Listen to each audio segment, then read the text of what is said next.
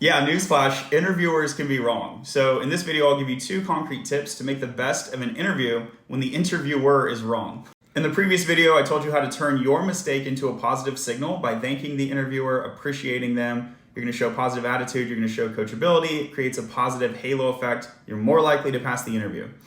That was the case where you were wrong. What about this case where the interviewer is wrong? The trick is to remember that the goal of the interview is not to be right. The goal is to pass the interview. To pass the interview, you don't need to be right. The interviewer needs to think you're right, and they need to like you. If you're abrupt, if you're rude, if you're disagreeable, this is going to decrease your chance of passing the interview, even if you're right. If you're kind, if you're patient, you can potentially redirect the interviewer to the right solution, which will show massive skill if you are successful, but it's a risky move because no one likes to be told that they're wrong, not even to be told that they're wrong politely. And politeness is really what we're talking about here. This is not a straightforward skill. This is a difficult skill to pass an interview when the interviewer is wrong and when you genuinely disagree. So there's a less risky option, which is just don't show them that you disagree.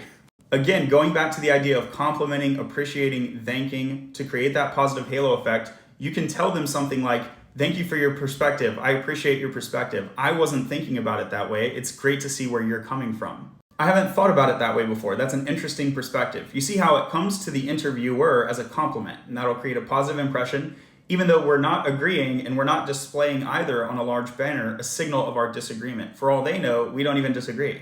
So they're getting a compliment on their end, it's a green flag on their end, and we're bypassing conflict altogether. Do you see why this is smart as an interview tactic? Even if I'm right, signaling disagreeability itself is a negative signal. So even if I'm right, I'm going to provide a mixed signal if I'm pushing back the wrong way. So let's just not push back at all. In addition, this is risk mitigating because although I disagree, I might be wrong. So I'm avoiding the risk that I could be right or wrong. Like, it just doesn't matter. We're just moving on with the conversation. So this is a really smart technique. If you're highly, highly confident that you're right, and if you want to play a risky move, you can try to redirect them softly to the right answer. This is a risky move, but if you do it, you'll look super smart.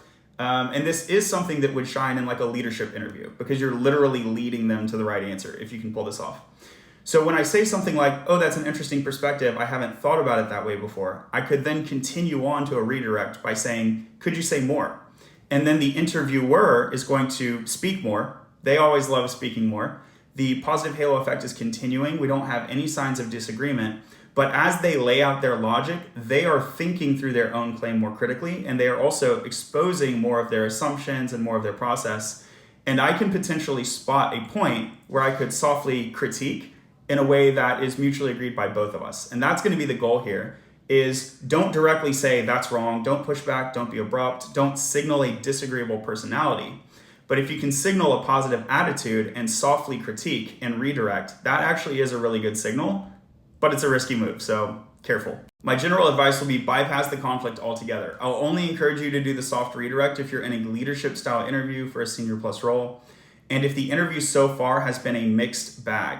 So if it's all green flags so far, don't play a risky card. Keep it green flags. If it's all red flags, sure, you can do it. It's not going to make a difference. But if it's been a mixed bag so far, this could be your Hail Mary that lets you stand out and actually bring you above the bar. You can also try to make them right. And this is also a good signal because this is ideally what you would be doing during a peer review or a design session on the job.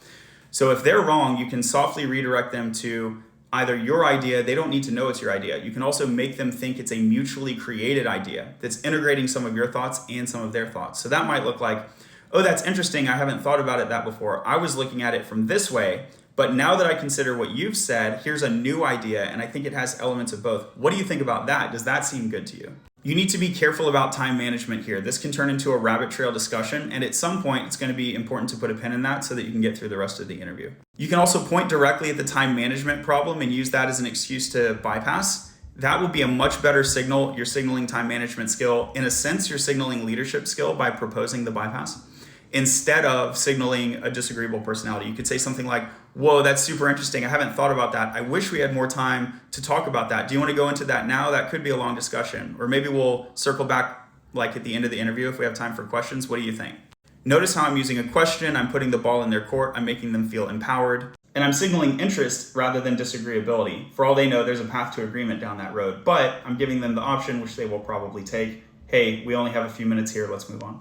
So to recap, the 2 main moves that you can do when it comes to disagreement, 1 is you can bypass the disagreement, and 2 is you can try to do a soft redirect. The soft redirect play is going to be really risky. I generally recommend the bypass. Along with the bypass, you can use time management as the reason for the bypass. You can also try with the redirect. Instead of redirecting to your answer, you can try to redirect to a mutually agreed synthesized answer, which can be a power play, but it's also like a really risky move. So I only recommend that for like leadership, senior plus interviews. And again, only if it's going to be productive. The general advice is never disagree, never argue in an interview context, whether you're being defensive or for any other reason. Maybe there's a technical problem, you could solve it with DFS or BFS. They're hinting towards DFS. Maybe the interviewer even insists that you have to do DFS. Just go with it, don't argue with them. Maybe it's non-technical, maybe the interviewer brings up something random and unrelated to the interview, they crack a weird joke, just go with it. You don't have to agree, there are these neutral moves that you can make instead that are gonna preserve or boost the halo effect, which is the real key to passing the interview.